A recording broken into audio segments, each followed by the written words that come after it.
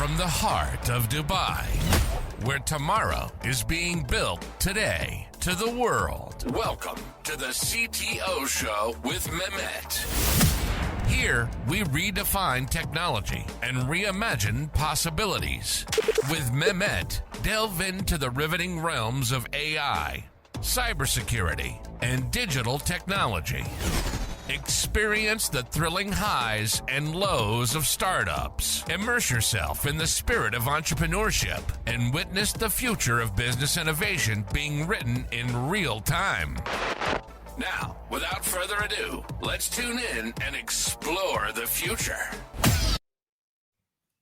Hello and welcome back to a new episode of the CTO Show with Mehmet. Today, I'm very pleased. Joining me from the US, Ted Dintersmith. Ted is a bestseller author. He was a venture capitalist, and now he's focusing on education. But as you know, audience, like I like to keep people to speak about themselves because I have a theory. No one can talk better about anyone else other than themselves. So Ted, thank you very much for being here with me today on the show. A little bit about you. So for people who might not know you, your journey and what you're currently up to, and then we're going to take the conversation from there. But I'm going to give a teaser for the audience. We're going to discuss a lot of things. So we're going to talk about math, but you're going to understand why. We're going to talk about AI, education, and a little bit about startups also as well. So Ted, without further ado, the floor is yours. Sure. So I spent way too many years in school, a lot of years in school, but I ended up with a PhD in a math modeling program at Stanford. My first job was with a startup business that made, it sounds laughable today, single purpose integrated circuits that cost $400 in 1983. And all they did was multiply two fixed point numbers together quickly. But what was so interesting for me about that is that we were selling those to all the systems companies that were essentially paving the way for the digital revolution. And so after doing that for several years, I shifted gears, went into venture capital, worked with a top firm in Boston at the time, Charles River Ventures, loved my time in venture capital. And then as my kids got further along in school, toward middle school, I'd say, I just looked and I said, wait a minute, what they're being required to do, how they're being graded, what they're being assessed on, the material they're learning, not only is it preparing them for a world that begs for creativity and entrepreneurial mindsets, it's actually jeopardizing those mindsets and those skills.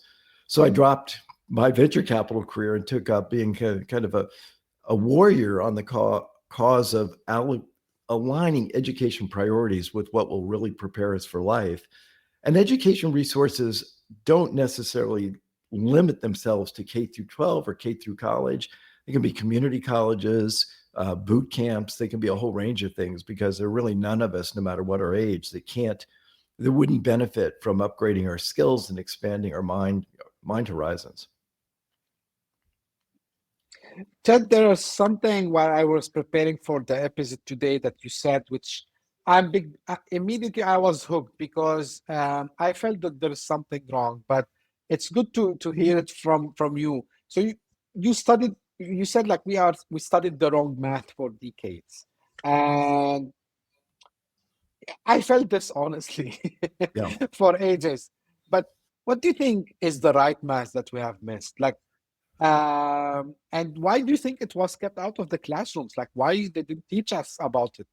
Yeah, and I'll send you for show notes this Where's Waldo mosaic of all the topics that are covered in high school math, and I use that with large audiences. And my challenge to the audience is basically find something on here you use and can explain. So it's like 75 topics, Taylor series expansion, the chain rule, sum of angles in a pentagon, on and on and on. No one can do it. I mean, these are hundreds, even, few thousand adults, and no one can find anything. I think the key point is, I graduated high school in 1970. Before 1970, the math we studied did make sense. There really weren't readily available computational resources. There were many professions that required humans to be able to carry out rote mathematical exercises quickly by hand, error-free. So that used to be, and I emphasize used to be, an important skill. Now computers are at our fingertips. Nobody needs to, factor x cubed minus 3x squared plus 2x minus 5 or something. I mean, it's just a whole set of low-level math esoterica that somehow remains in the curriculum. And the reason it sticks in our curriculum, it is the essence of our high-stakes exams. So we literally hold kids accountable to, hold teachers and schools accountable to, have everyone spend thousands of hours on rote math mechanics that adults don't use and your smartphone does perfectly. And it's used punitively. It may be of some marginal benefit to adults that pursue math-based careers because you get fluent in symbols and abstract thinking and the logic of math. And I appreciate that. That was definitely true for me. But that's a tiny sliver of the population. And for most, it just makes them hate math. And they leave with no real skills to show for it. And so I wrote this book about the ideas of math that we all need to understand, with an invitation to use artificial intelligence as your thought partner to carry out the mechanics. And, I'm very excited about the book. It's a little bit of a lift, I'll be honest, when you say to people, hey, I've got a book that makes math exciting and interesting with concepts you're going to understand. There's a degree of skepticism. Like a lot of, and this is the heartbreak, right? A lot of people, as soon as you say math, the blood drains out of their face. And it's just like, I don't ever want to go back to that. And how sad is that? It is sad. For me, even when I was in school and high school, although I studied engineering, so I needed math.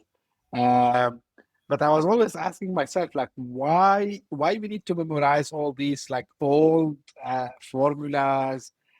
Calculators were available, at least at my age, but still, no, calculators not allowed. But I was telling, I was arguing sometimes. Okay, but after I finish college, I'm gonna use the calculator because it's faster to do it with a calculator rather than I do it myself. Now there is a camp Ted they used to say that yeah, we were doing this or we're still doing this because we want also the students to get their brain muscles working and they need to do this. Do you agree with that, or that's a complete myth? Yeah, it's certainly the defense, right? When I say to people, just look, these are all the things that are covered in high school math. No one adult, and people, it's not just me. I mean, other people have looked into it, and it's a tiny proportion of people that use any high school math beyond fractions and ratios. That the line of defense is often yes, but this is teaching kids how to think. This is the magic of problem solving. And 2 points on that. I mean, there's almost no evidence for that. The one organization that squirreled together the funds to look at it was the Rand Corporation. And I quote the results of their study in my book, but they looked at the math that populates the high stakes high school exams and concluded there was 0% of it. 0% of it was related to deeper learning. The second thing, though, I'd say is that anything can be a vehicle for teaching us how to think, playing the piano, cooking, needlepoint, rote math mechanics. And if you visit schools in a place like Finland, where it's very different from the United States, and each nation has its different set of priorities and mix. But in Finland, they'll often put a really interesting problem on the board and then encourage the students to come up with as many different ways to solve it. And there's clearly benefit from that. Even factoring polynomials, I think that'd be a very interesting challenge for kids to say, why was this important? How did this used to be used before it was all integrated into software? But that's not what we do. In the United States, these test scores are such high stakes.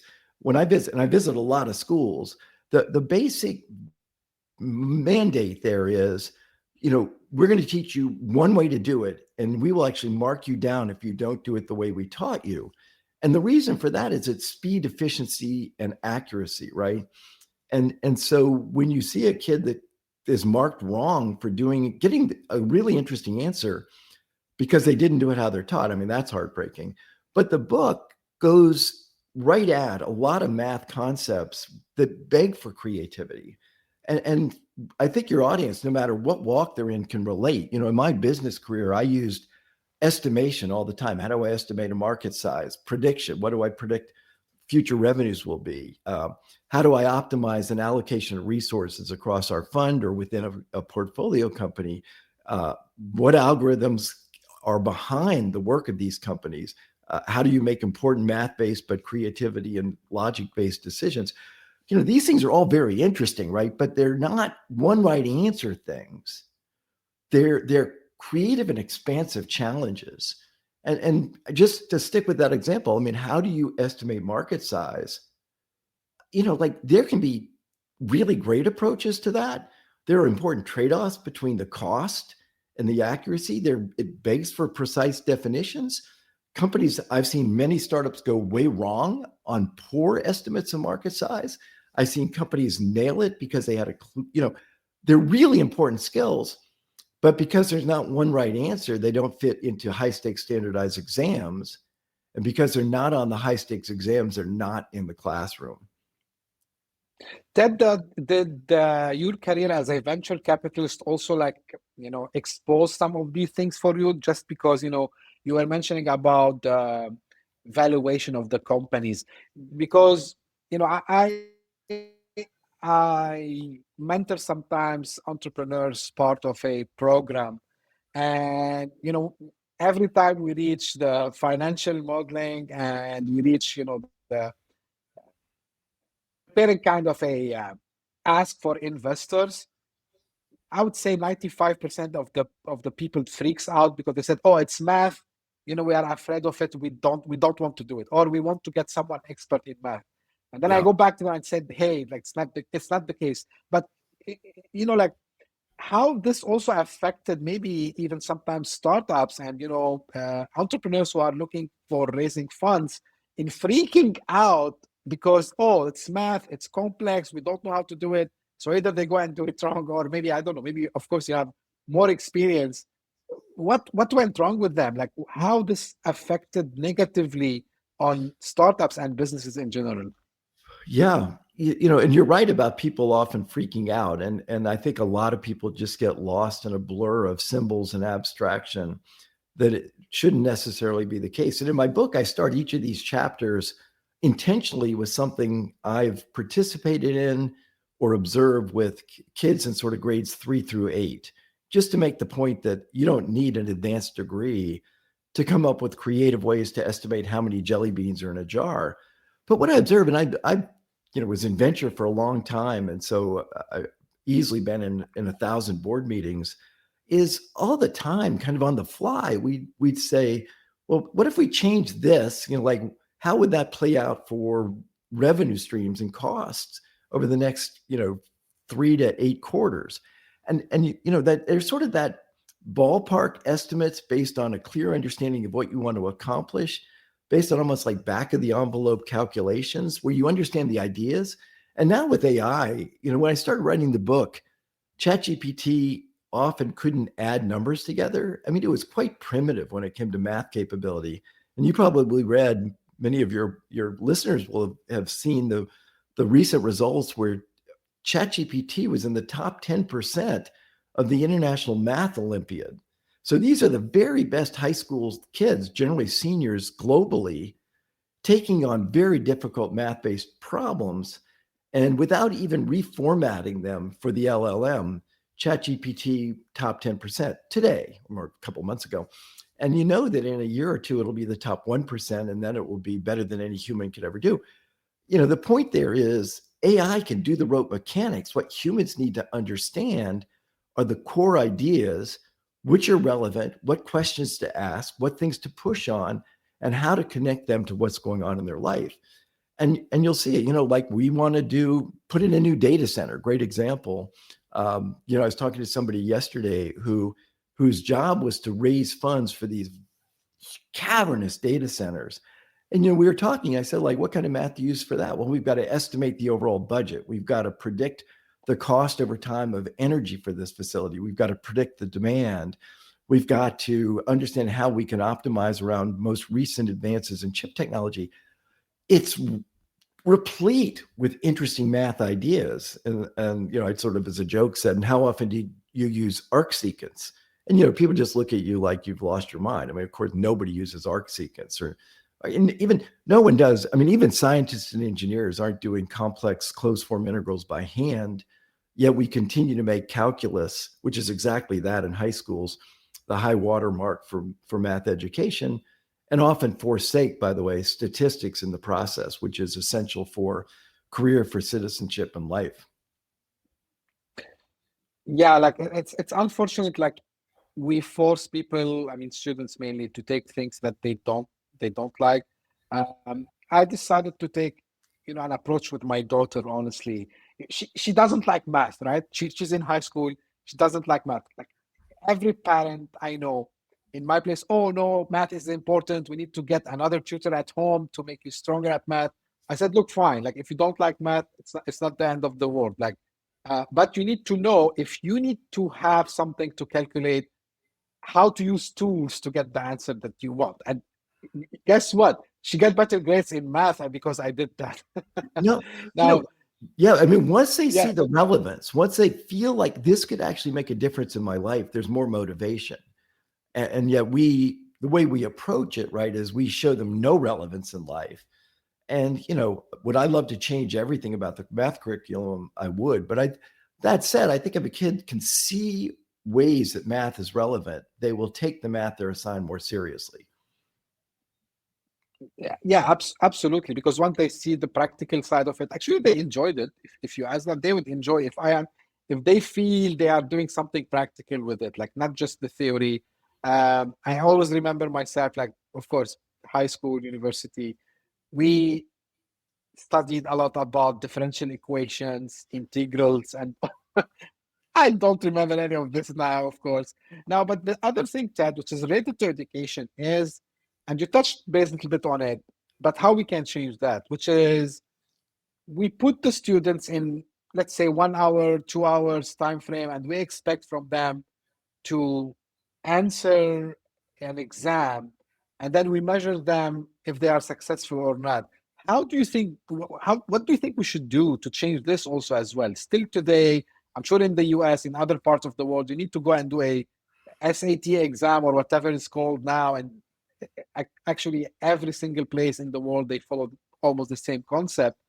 And I think it's not fair because we can't just test someone knowledge in a time frame of 2 hours. What should we do to change that then? Yeah, there's a real trade-off between content and tests that make it easy to rank someone in Dubai against someone in Istanbul versus somebody in Boston. And that means you really want the same content, the same curriculum that students study in anticipation of the same exam, so those scores are comparable. And well, that hasn't really been done globally. I actually have a high opinion of OECD and their PISA test, which, because curriculums are quite different, tend to get at more thought-provoking questions, and they do them on a sampled and audited basis so that they can actually have skilled evaluators look at solutions. But in the US, we drive it all with these very dumbed down high stakes exams, the SAT math being a perfect example, or AP calculus, or the nation's report card. And you just look at the questions. I mean, I do know a bit about math, and I look at the questions, and many are poorly formed.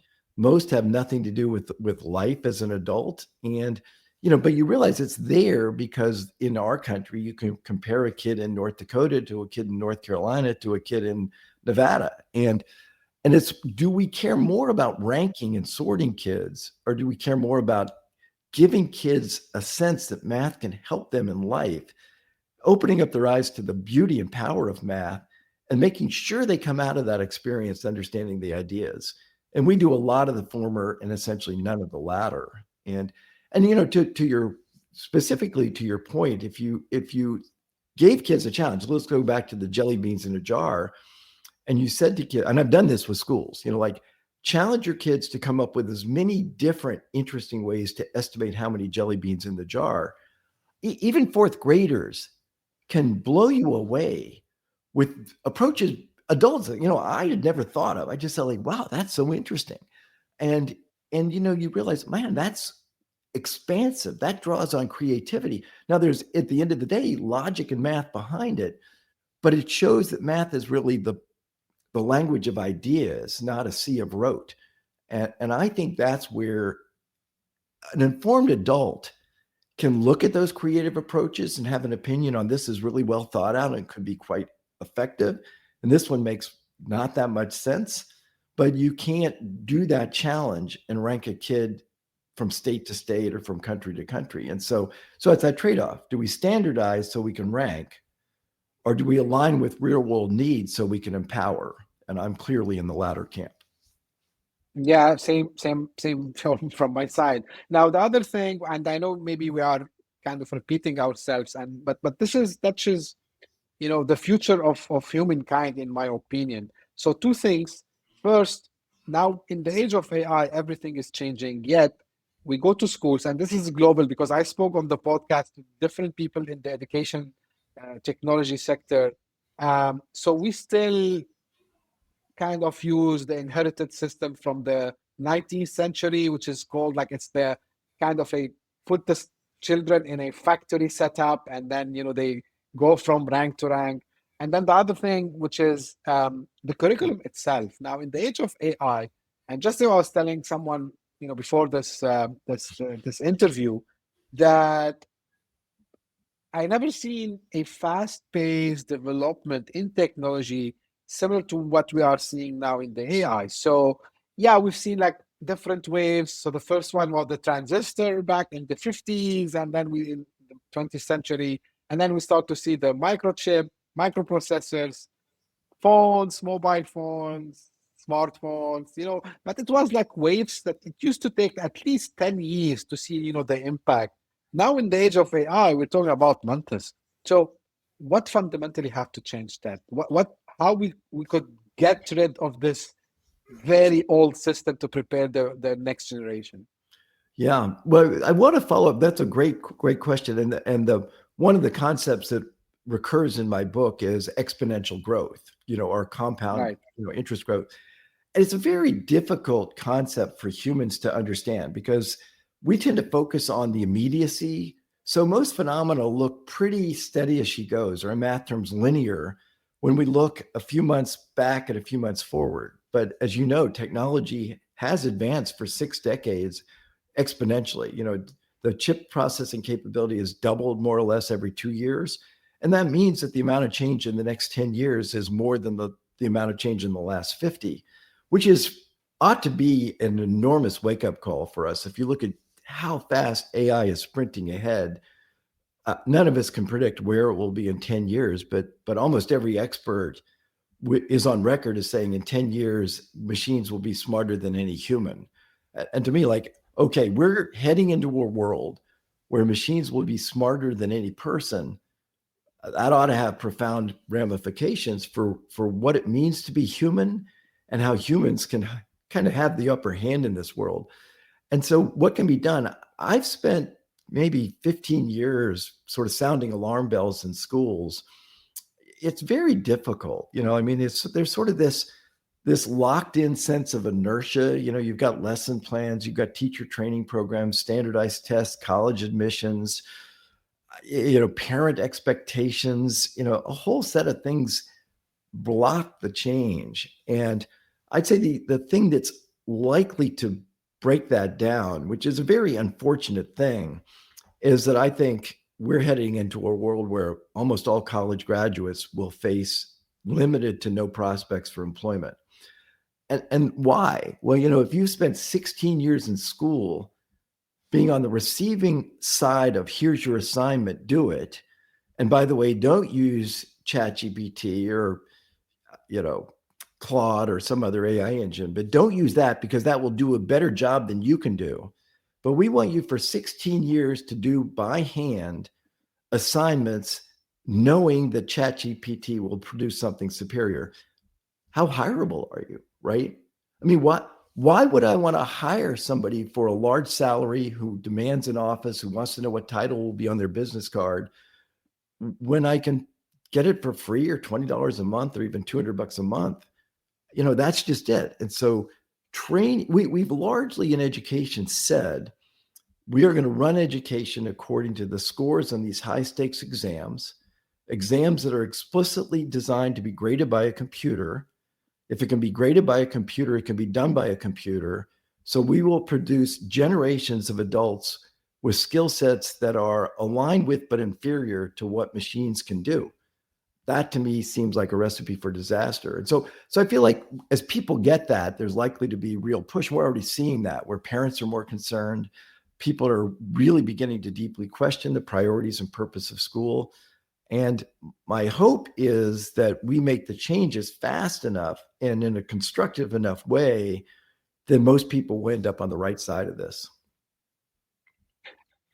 This reminded me also of something happened, I think last year. I had a friend who's looking for a college for his son. And he was telling me, like, I really like this college that they are banning the use of AI tools. That's fantastic. I said, you know what? Like, you're sending your son to learn something that's gonna be obsolete for sure. Because if they are not allowing them to use AI, they have something wrong. And after giving a little bit time to think about it, he said, you know what? Yeah, you're right. Like if they're gonna teach them something there that AI can do, so he's unemployable after 3 years or 4 years in college, like, right? I said, yeah, like, okay, I'm not saying to do everything with AI, but at least learn and choose something that can be useful in the future. You want to say something, Ben? Yeah, no, I think one of the focal points is, like what, and we see it, like kids just hand in an essay and it seems clearly to have been written almost with no personal intervention by an AI engine. And my advice on that, which I think is reasonable, is to say, if you have an assignment and you're worried about somebody cheating with ChatGPT, put the assignment in front of the students, dump it into your prompt engine for ChatGPT, show them the essay that comes back, and say, if your essay is about that quality, you're going to get a C minus. That is now your floor, and your challenge is to do something far better than that. I also think, it's so interesting, right? Is that think about the workplace environment, right? We'll write an email, people will read it, they'll say, man, that's worth a discussion. Let's get together and talk it through. And so if you're at work and you send an email written by AI, but you know nothing about it, and then somebody says, let's meet about it, and they say, could you elaborate? And you say, hold on, let me just ask ChatGPT. I mean, you're giving your walking papers, right? And education used to be much more about in-person discussion. And to me, it just begs for write something to make a point powerfully, effectively, communicate clearly, but then engage in personal interaction. And so it could be small clusters of kids that read each other's essays and then debate. And the teacher can sort of pop around from group to group to group and observe, and then let the kids self-assess. How do you think you did? How do you think your peers did? Get good at constructive feedback. It goes back to Socrates, right? I mean, it's not like I'm advancing some radical new idea. This has been around for ages. But when did we decide in school that in-person engagement doesn't matter? And yet, I visited a ton of schools in the US and abroad. I tell you, by the time you get to high school, there's almost no question. Like I'll sit there and the kids will be taking notes, colleges as well, in a lot of those classes. And when there is a question or when somebody comes to office hours, the question is almost always, will this be on the test? Or help me figure out how to do this for the test. It's like, that's not core intrinsic curiosity. That's gaming the system. And, so maybe, if in a fortunate set of developments, this will return us to what makes us human, which is having a conversation like we're talking to somebody who asks great questions, who pushes back on things you say, who tell me more. And that you can't cheat with AI on that. Even if it's on your glasses, right? People know it's like, like that's the ultimate way to assess whether somebody knows what they're talking about. Absolutely, yeah. Like there's nothing that is better than human conversation to learn. And what I've seen, like I think in Scandinavian countries, they took this approach. So especially they to enhance STEM education, they decided to go with like kind of round tables where students they talk to each other. So this is what worked for them in some of the countries. And I think in Denmark, I'm not sure, or in Finland, they don't have something called tests anymore. They removed it, and actually, it went up. I mean, the students' performance went like Yeah. exponentially because of this. Now, I You know, know, like I from the just book. if I could add about Finland, because a friend of mine is Pasi Sahlberg, and he architected the changes in Finland and wrote Finnish Lessons and Finnish Lessons Mhm. 2.0. A fantastic person. But when you talk to him about what enabled all the progress and the rethink in Finland, stay tuned. It was a budget crisis. And people say to do this, it's going to cost way more money. A budget crisis. And it forced them to choose, do we want more data or do we want better teacher training? And they looked hard at that and they said, we're throwing the data overboard. We're going to trust and train our teachers. So it's a very respected profession in Finland. There's a joke about three Finns walk into a bar, a lawyer, a doctor, and a teacher. And the bartender asks the lawyer, why are you a lawyer? And they say, oh, I applied to education school. I didn't get in, so I decided to be a lawyer. And the doctor says the same thing. It's like, it's very hard. It's really does elevate, respect, trust, and compensate the profession. And, when I traveled in the US, I was in Wyoming, and one of the people said, well, when a cow is starving, we feed it, we don't weigh it. And in the US, we weigh, we don't feed. We spend billions gathering data, and yet we never step back to say, does this really reflect real learning? And over and over again, the education stories will cite reading and math scores as a proxy for education quality. And that's one of the points I go after in the book is when you see a number, you can't accept it at face value. You've got to understand there's a story behind every important number coming our way, whether it's a medical diagnosis or a business metric or an education metric or a civics. We live in a world awash with numbers. But if you just take it at face value, if you just, in our country, if somebody says unemployment is 2.9%, and you just say, oh, 2.9%, that's fantastic economy. I push people and I show them that's an incredibly narrow definition of unemployment, subject to massive error bars, and a far more authentic measure is also collected by our Bureau of Labor Statistics, the true TRU unemployment measure. That's not 2.9%, that's 23, 24%. And it's a more authentic measure. But if and I think that's one of the ramifications of a math curriculum that says, do it the way you're taught, put your nose down to the grindstone, drill, and get good at whatever's put in front of you without really ever thinking about it, is then you come out and as an adult and you say, oh, there's a number, it's got to be true. And this is a study that says X causes Y. I never really spent any time on causation versus correlation, so that must be true. And it's like, you need to understand those ideas, because if you're not, you're going to be grossly manipulated. Right. Absolutely. Yeah, 100%. Now, I know in the book also you have something where you cover about our approach to, risks and uncertainty, right? So I'm interested in knowing about that, especially with the AI, right? Because now we have the AI. And by the way, like, it's controversial, I know, but even people sometimes they get afraid from the AI. They think the AI is like, take their jobs. Sometimes they say this will not be able to help them. And back to, the dilemma of the math and memorizing equations. Uh, so I want you to, shed some light on this about risks and, uncertainty, because people always, they don't like changes. They don't like, things to, Yeah. to be out of their comfort zone. I would put it this way. Yeah.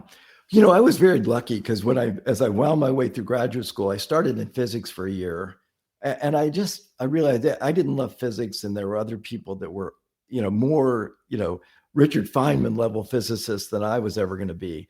And I found this program in the School of Engineering that was applied math. At the time, it was called Engineering Economic Systems. But it's basically professors that were double E professors in a prior life that felt like you could use math modeling tools more broadly.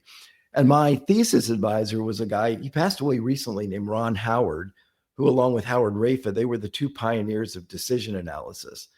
And I have a chapter on decisions. And so I try to explain to the layperson the essentials of decision analysis, but it's eye-opening. And you would think that this would be an important thing in everybody's high school education. I mean, like, our lives depend on the quality of the decisions we make. And what could be more, what could be more important than equipping a high school kid with the skills to make decisions clearly, understanding the risks, understanding the exposure, understanding the upside, understanding their core values and how that relates to it?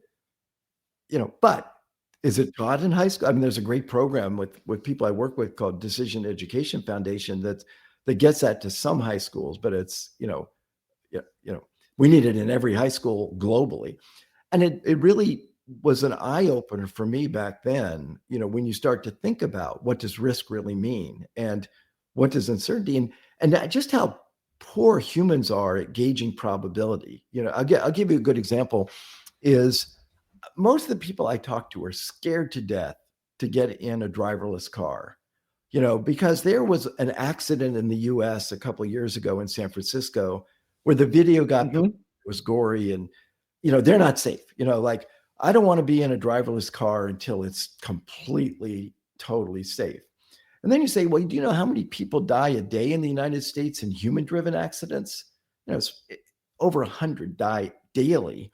And to date, there have been 2 fatalities involving driverless cars that arguably weren't the driverless car's fault. One was somebody wheeling a shopping cart across a 4-lane highway. That's weird. And then the one that got all the attention was a human-driven car hit a pedestrian who then rolled in front of a driverless car. And what got gruesome is that the driverless car, just the footage was gruesome. And so you realize, like, no, that you're not calibrating your probabilities correctly. And one sensational anecdote shouldn't overwhelm a whole body of data.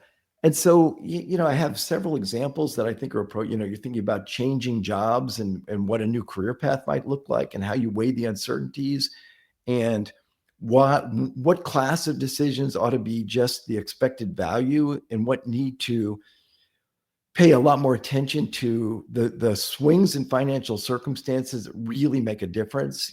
So an example is you might get an online offer and it costs you $12 to insure a hotel night. Well, like those are very low stakes. So you just should take the probabilities, look at the range of outcomes. And if it's a win, which it never is, do it. And when it's a modest loss and you're just being scammed, avoid it. Easy. But then if you think about health insurance,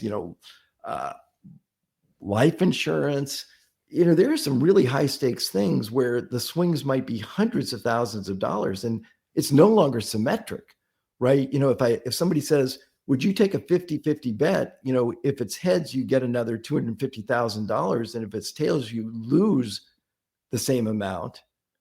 You'd have to be foolish, I think, to take that 50-50 bet, unless you were Bill Gates or somebody. And so I sort of draw those out and they're really, like decision education focused.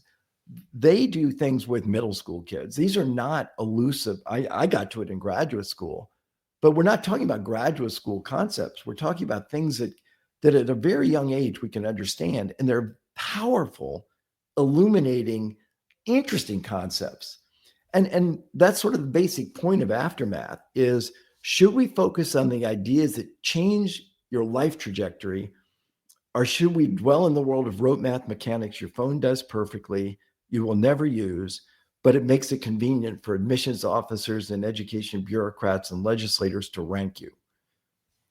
To me, it's clear, but schools go the opposite direction. It's not teachers' fault. They don't want to do this, but it's a set of high stakes policies that vary by nation. And so, I'm often most excited by smaller countries, like in Estonia, that's thinking boldly about education priorities. And small agile nation. I work with some of the educators in Ukraine and saying, like, don't rebuild in the model of traditional education. Here's your chance to really rethink it. And the upside, so back to risk, right? The upside's enormous. We have a lot more control over the path than I think we often think. People will perceive hard constraints like, well, the curriculum is this, so we can't do anything. Well, you say, like, is that a hard constraint or is that a perceived constraint? Even for a family, it's like school says X, but you've got a lot of time at home, right?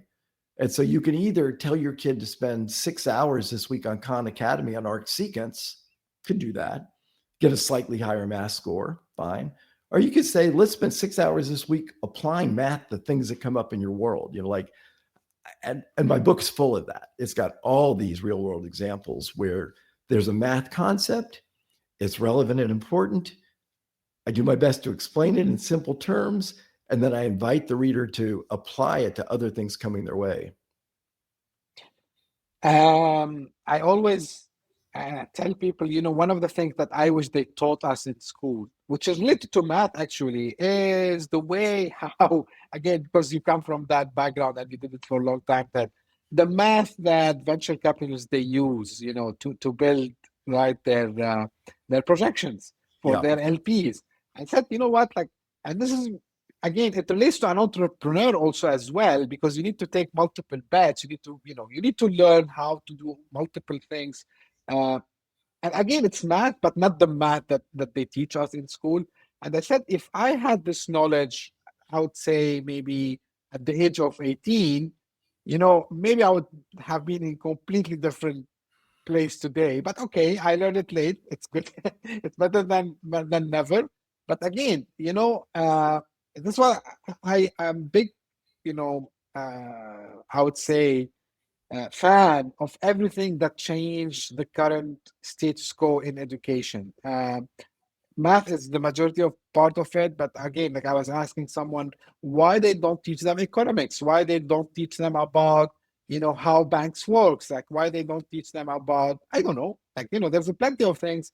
Why they teach them about history and geography, of course it's good knowledge, but there's plenty of current, I would say, present things that they need to learn about. And I figured out, no, they have no clue. And you just mentioned at the beginning, Ted, something that today we are more in a age where we have, companies doing less with more, more with less. Yeah. And, I'm sure like you've seen what's happening now with some companies, maybe 20 or 30 employees getting to $100 million ARR with just like few number of people. Uh, so the question is, how we can take this and apply it to have also like more entrepreneurs, more people who are really eager to go and do you know, leave good impact on their cities, countries, Yeah. right? Yeah. I find it so interesting. You read all the stories, and there are many these days about the looming impact of AI. And you'll see some that say it's going to wipe out lots of jobs, and others that say it's actually going to create lots of jobs. But they're all based on this assumption that AI is like the weather, right? Will it rain tomorrow or will it be sunny? And we can forecast it, but we can't control it. Well, we can control the impact of AI. We have agency in that. And if we equip generations of of adults globally in any given country, if the more adults that are equipped to take advantage and use AI productively, they can lift up their organizations, right? And so in my dream world, we would be producing wave after wave after wave of young adults and some older adults that plug in, but wave after wave of adults really informed at taking advantage and using AI to lift up the organization they join or to create something new. And what I think is unequivocally true is that if you look at existing jobs, the majority are on their way out. It just, you travel around Asia, right? The factories don't even have people in them, and restaurants are largely automated. The number of lawyer jobs are going way down. Amazon says it's going to double revenues over 5 years, but have fewer employees. Existing jobs are going down. Many categories are going away, but there's no limit to how many jobs and paths we can create. And so what I find so shocking, right, is when I visit schools, the idea that you could actually create your own path is largely driven out of kids' minds by the time they're in 12th grade. I guest teach a class at a well-known university here, and each year I ask the mostly seniors at this college, if schools shut down tomorrow, not just your school, but every school, there was not going to be one more education opportunity for you. And with that went all the career services offices. How many of you are already good at something today that you enjoy and you could support yourself doing? out of 100, there might be 2 or 3 each year, 2 or 3. And I say, like, all of this is what you're needing to do again and again and again. But I think we reap what we sow, right? If you spend 12, 14, 16, 18 years in school, being conditioned to, here's your assignment, do it, without giving kids any agency to create what they want to do. By the time you're 22, you're sort of beaten down. And it's very hard to remediate that. And it's like, why would we do that, right? I mean, if we were back in the industrial era, we had a reason to do that in the industrial era. With 99% of the jobs in the economy were rote factory line jobs or paperwork jobs, and you expected somebody to do it for 45 years, good. Get rid of their creativity, get rid of their curiosity, get rid of their audacity, because you don't want a challenging, critiquing, out-of-the-box thinker on an assembly line or shuffling paper. Those jobs are all automated, right? Those are exactly what you want. But school, by design, crushes that out of kids. And I worked for several years, tragically died of pancreatic cancer in 2020, but my partner for several years was Sir Ken Robinson. And any listener that has not watched his TED Talk, he gave a TED Talk in 2005 that put the TED organization on the map, and to this day is the most watched TED Talk of all time. Not the most watched education TED Talk, the most watched TED Talk of all time. Sir Ken Robinson, Do Schools Kill Creativity? He's funny, he's perceptive, and I always say to Ken, you put a knife in the back of traditional education and everybody's laughing. But he makes the point. Schools, by design, crush creativity out of young adults at the exact time when that's the single most important character trait you can have. Yeah, this is the sad truth, I would say. Let's say sad truth. Ted, I know also you produce some films and you're working on one, right? So tell me more. Well, I did my first foray when I got interested in this. I sort of thought about strategy and optimization. Where could I spend my time and money to have the most impact? And I narrowed it down to organizing and funding a film. And so 10 and a half years ago, it premiered at Sundance. That film, and we'll put it in your show notes, was called Most Likely to Succeed. And there'll be a free link for any of your listeners, but I would urge them to watch the first 15 minutes because we sort of tee up the technology trends and what that means for education. It's brilliant. And the credit goes to the director, who was amazing. But we show, computers beating Kasparov in chess. And then we show Watson beating Ken Jennings in Jeopardy. And we show technology writing better prose than most journalists on a film done in the can 11 years ago, before OpenAI was even formed. And we're showing computers writing better prose than the best journalists. And we just sort of lay out, this has profound consequences for what skills and mindsets adults are going to need. And I sort of put some money into a bunch of films along the way after that. The first film I was the only funder and dove into full force. And probably despite my involvement, it was really good, not because of, and then I sort of was a participant in others. They were okay. I sort of decided, I'm not going to do any more films. And then I visited this district in Virginia where they just, in our nation, and I suspect it's broadly applicable, there's this mindset of either career, send you off to some, career shop, career academy with an auto body shop and whatever. And you kind of part ways with school. And it's kind of like viewed with stigma as kind of like the last chance option for the kids who can't cut it.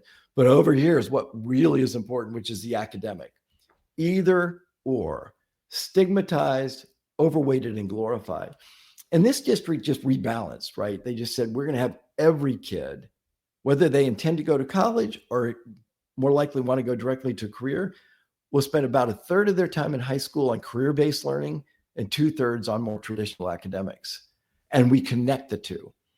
And it's just like, whoa, like so many kids that otherwise would be lost, find their lane. The kids are energized, kids that, in a lot of high schools, you've got like the AP track and then the mainstream track and then the last chance kids that get on the bus and go over there. Here, they're all in this pool working together. And the kid that might do really well in a math class is suddenly having, true for me, by the way, someone who does really well in math class is side by side in woodworking. And I'm like, even though my dad was a carpenter and my brother builds all the cabinets for his house and does a lot of work for his church, I'm a disaster.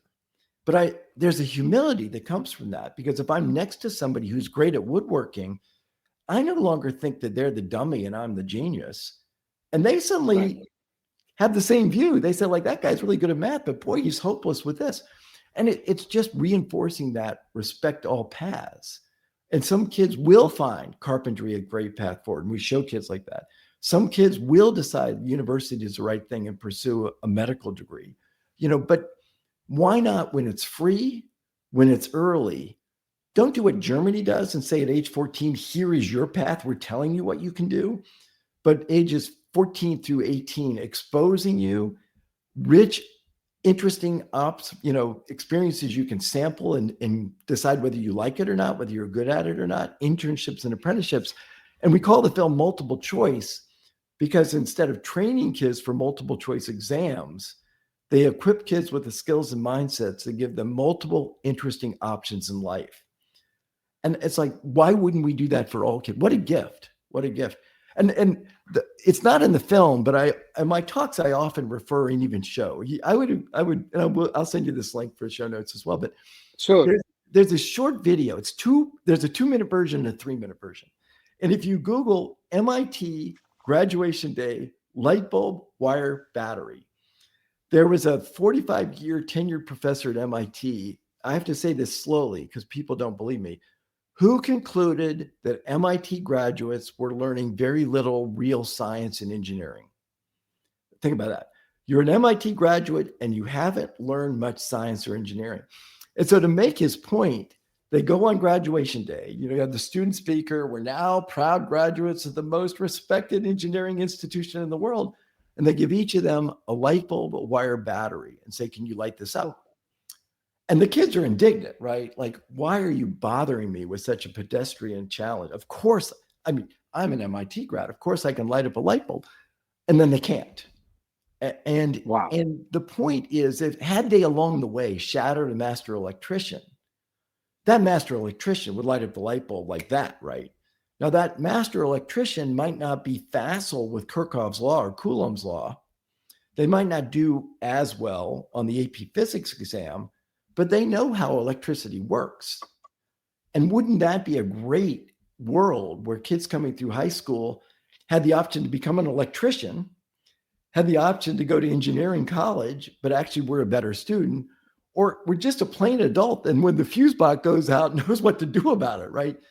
And I think there's power in that, of instead of falsely separating applied versus theory, integrating them. Instead of falsely separating career versus college, integrating them. And, it's powerful, and you see it in these student stories. So that film will be out in a couple months. We've got a film premiere in mid-September. And then I don't sell my films to anybody, so it will not be on a streamer. We do community screening initiatives. So we will make this available to anyone who wants to screen it, because the whole point of these films is to bring communities of people together. Back to what we talked about 30 minutes ago, people in person discussing constructively interesting, bold ideas. And we hope deciding we could do this. Let's work together to reach a bold, aspiring goal that will elevate the future of our kids and our community. I think that's worth doing these days. Very, very inspiring. Just one thing on that, Ted, is I think also the expectation from parents. I mean, like what society have put a pressure on us, because I know a lot of people. Yeah, you have to go and become an engineer. I talked to the guy, after 20 years, he said, you know what, I hate it. I wish I was a cook. I want to cook food. I want to be the chef at the restaurant. Yeah. But I was forced to do that. It happens a lot, but because they were not exposed, little bit pressure from parents, society. Oh, no, this is not a good career path. But I like to be optimistic, and I'm starting to see some changes. At Yeah. least, in Dubai, in Turkey, across like multiple countries, people started to understand that there are like some other options, other choices, and it's not a shame to go and work for something that can earn you money and you like. There's no harm in this. Yeah. So, Yeah. uh, It's a personal anecdote. A couple of years ago, I was at a friend's son got married, and he had graduated from arguably the most prestigious law school in America. So he was getting married, and the reception included lots of classmates from Harvard Law School. And so I talked to a bunch, and I said, "So, what are you doing now?" Well, I'm working for a sports team. I'm writing fiction. I mean, I couldn't find anybody that was in law, and they all say, "I tried it for a year. I hated it." Right? And you think about 4 years of undergraduate, 3 years of law school, 7 years, probably $500,000, and a year into it, you pull the ripcord. And they said the only classmates that were still in these grinding professions where, like you're going to do estate plans over and over, or look at corporate M&A documents over and over. It's like, it just wears you out. It's sort of soul sucking in many ways. And AI will do a lot of that. And they said the only ones who are still in those jobs are the ones who were over their head in student loan debt and just had to keep working 90 hours a week with billable hours to try to dig out of that debt. And I'm not saying that every lawyer hates their job. I'm sure some no. love it, but oftentimes, right, you make that bet before you have information. You go to 4 years of undergraduate, 4 years of medical school, 2 years of an insane residency, and you're a radiologist, and suddenly AI is better than you at diagnosing screens. And it's like, those are high stakes bets where the information and insight comes late. And I think the decision chapter I have sort of explains the value of gaining information early in the process to redirect your priorities so that you have a more sensible allocation of time, effort, and money. And that's what, this film shows. And I think that's what the point the book underscores is thinking clearly about how do we afford people with the right resources and the right perspective to move forward in life in a way that they find fulfilling. Right. Ted, as we are almost coming close to an end, I want to ask you something. If you put again your VC hat, and at the same time, what you uncovered about, of course, math and the other topics in education, and you want to advise the new generation of entrepreneurs on what they should pursue and how to choose the right, I would say, innovation to go after, what you would tell them?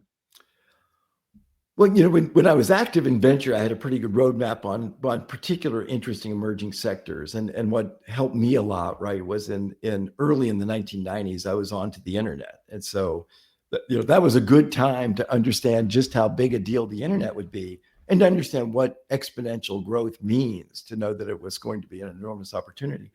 So I'm so far removed that I'm not in a particularly good position to say, this niche of data security or this issue, aspect of Salesforce management or whatever. But I would say this, I'd say oftentimes this was interesting, right? My venture firm started in 1970, portfolio of over 1,000 companies. And a few years ago, we went through this exercise of looking at past investments and as best we could recreate the partnership sentiment before we made the investment. And so we knew, did it do really well, pretty well, so-so, failure, and what degree of uniform enthusiasm or skepticism was in our partnership. And our preconceived notion was that our very best companies would have been universally endorsed. And the worse the performance, the more skepticism there would be. It was the opposite. The companies that everybody thought were good ideas did anywhere from okay to badly. There was no controversial edge to it. It was not challenging anything. The companies that did really well often had a partner who came very close to saying, I would throw my body across the tracks to block this investment. A partner who would say, I'm going to be embarrassed if our partnership backs such a terrible idea, because the best ideas go directly in the face of conventional thinking. And so if this will resonate. If you are an entrepreneur listening to this, you will say, you just told me something obvious, or yes, that actually is my life mission. Like I am the contrarian. I love situations where 99% of the people are wrong because I can see something that I think is right and important. But I'd say that, many of the listeners have young kids of their own, or grandkids, or relatives, or kids in the neighborhood, whatever. Empowering kids to have that mindset despite the school they're in, sometimes because of the school they're in, but by and large, despite school, despite curriculum, despite high stakes tests, to come through intact with that basic thing that makes us human, to want to create something from scratch that makes the world better, that will serve these kids well, and they will be joyful. They will have real purpose in life. And it doesn't solve all the mental health issues we're seeing with young kids, but it gets to important aspects of that, right? Because if a kid is told year in and year out, I know you don't see any point in this, but do it because some anonymous college admissions officer wants you to. Do it because it's on the test. Do it because some education policymaker that couldn't tell an arc secant from a Taylor series expansion says you've got to understand arc secants and Taylor series expansion. That sucks the purpose out of kids. It sucks the audacity out of kids. And I think as stewards of the next generation, those are the values we need to stand for.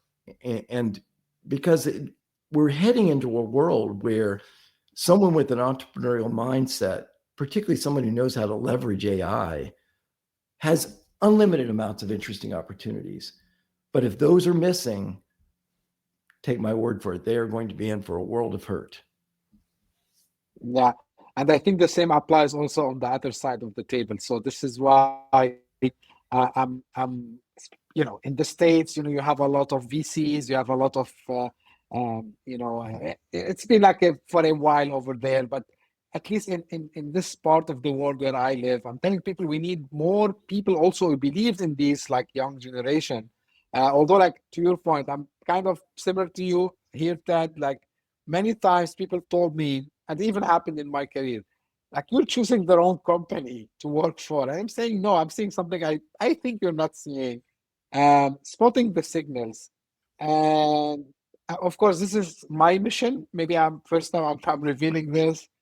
So my mission is to change the mindset of people, at least in this part, that what we call the emerging markets, that you need to encourage people to go and take the risk. Like there is nothing perfect from the first time. You need to keep trying. And this is why, I'm telling people, go and read about venture capitalists, like read how these guys, they think. The VC mindset, the famous book, like keep trying to put your bets on multiple things. And one of them would definitely succeed. It will return all, your investments, of course, but in a human perspective, not only like from I would say money perspective. So definitely to your point, Ted finally, I really enjoyed the conversation. Where people can get in touch and when the book is expected to be out. So the book will be out in the next couple months for sure. It's to be, by the time people listen to it, I may have resolved this. I've been on a path to self-publish. My first two books were name brand publishers. If you want to talk about an industry averse to innovation, it's the publishing industry. And so, yeah, so like the basic deal is deliver me a manuscript. Great. Tell me what you're going to do to sell the book. Great. We'll print it. I can find somebody who can typeset it, lay it out and print it. We'll ship it to bookstores. Nobody buys books in bookstores anymore, basically, unfortunately. And then when you generate sales, which I've been able to do, we'll take over 90% of the profits. It doesn't take advanced math to look at that and say that's not a terribly good deal. And I think I've got enough of a reputation that people will take it seriously. I in real time, we got approached by a publisher who says I can move really quickly, and here's how I think I can really help. And so I'm kind of evaluating that. So I'd say somewhere between the next month to next 2.5 months, it'll be out. And I'll put in the show notes how you can get notified of what we do. But it's the most important book I'll ever write. I'm not sure how many. I do run into the challenge when I say to people, I've got a book that'll make you really love math and see the power of its ideas. As soon as you say math, People say, oh, like I got somebody else I got to talk to.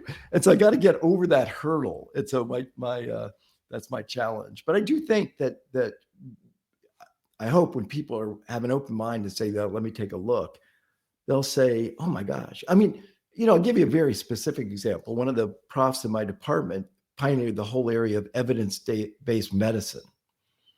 And I talk about conditional probability. This will sound esoteric for ending the conversation, but bear with me. I talk about conditional probability, right? And so the number of medical doctors that understand conditional probability is less than 5%. And to make it very explicit, if you have a certain disease, the probability that the test gives you an accurate answer is quite high. So if I have X, the probability of a positive test indicating X is 90%. Mm-hmm. The reverse is not, those numbers don't flip, right?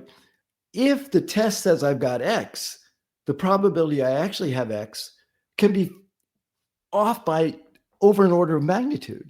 And so we walked through this for a particular form of cancer, and we showed that the test, when you take it one direction, have the disease, accuracy of the test, it's about 80%, 80 to 90%. Test is positive, the probability you actually have that disease is 2%. And yet, this isn't covered. Even in, 4 years of undergrad, 4 years of high school math, 4 years of undergrad, 4 years of medical school, 2 years of residency, and doctors get that wrong again and again and again. And so they'll tell a patient, this very accurate test means you've almost certainly got this horrible disease, and people panic, and people rush, and they make bad decisions. And if they understood conditional probability, which is really important, they say, well, wait, you don't have this quite right. And they know what questions to ask. And you can inquire with ChatGPT, here with the test, here's what it said. Now let me ask you this. What, if I turn it around, what's the likelihood I really have this disease? It will tell you, but you need to know how to ask that question. And your life may well depend on it. So this isn't rounding error stuff. This isn't a point or 2 or 3 points or 10 points on an SAT or whatever, or a 10th of a point on your GPA. This could make or break your life. And so is it important to help people understand these ideas? I think it is. And you can tell I'm passionate about this. 100%. So Ted, I'm gonna wait the show notes. It's gonna be, of course, in the links to put them in the show notes, so people can get notified about the book. But by the way, if you go to the website, I checked it myself, so you find all the work that Ted have done before. Plenty of things, especially the films you mentioned. Like, highly recommended for people to go and check that out, and all the references also we made during the day, the TED Talk and others. So everything, it will be available in the show notes if you are listening on any of your favorite podcasting apps, or if you're watching this on YouTube, you will find it in the description. Ted, I can't thank you enough. Very engaging, very eye-opening, I would say, discussion with you today. And again, to what you mentioned at the beginning of the episode about having the conversation. This is why I love and I'm passionate about doing this podcast, because it opens also my own, horizons to few things, talking to people like yourself who've been in the industry for a long time. And of course, hoping that we can together inspire other people. So thank you again for being here with me today. And this is for the audience. You guys, if you just discovered this for the first time, thank you for passing by. I hope you enjoyed. Small favor, subscribe and share it with your friends and colleagues. We're trying to make an impact. So the more we reach to people, the better it becomes. And for the people who keeps coming again and again, thank you very much for your support and all what you're doing for the podcast this year.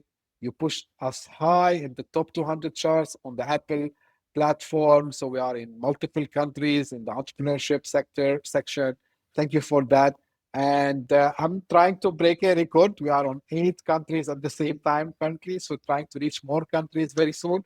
So again, can't do this without you, audience, and of course, my guests, including you, Ted. So thank you very much. And as I say always, stay tuned for a new episode of the CTO Show with Mehmet very soon. Thank you. Bye-bye. Yeah, thank you. Hit that subscribe button. Share the show with your tech-savvy friends and fellow entrepreneurs. And leave us a review on your favorite podcast app. Your support means the world to us.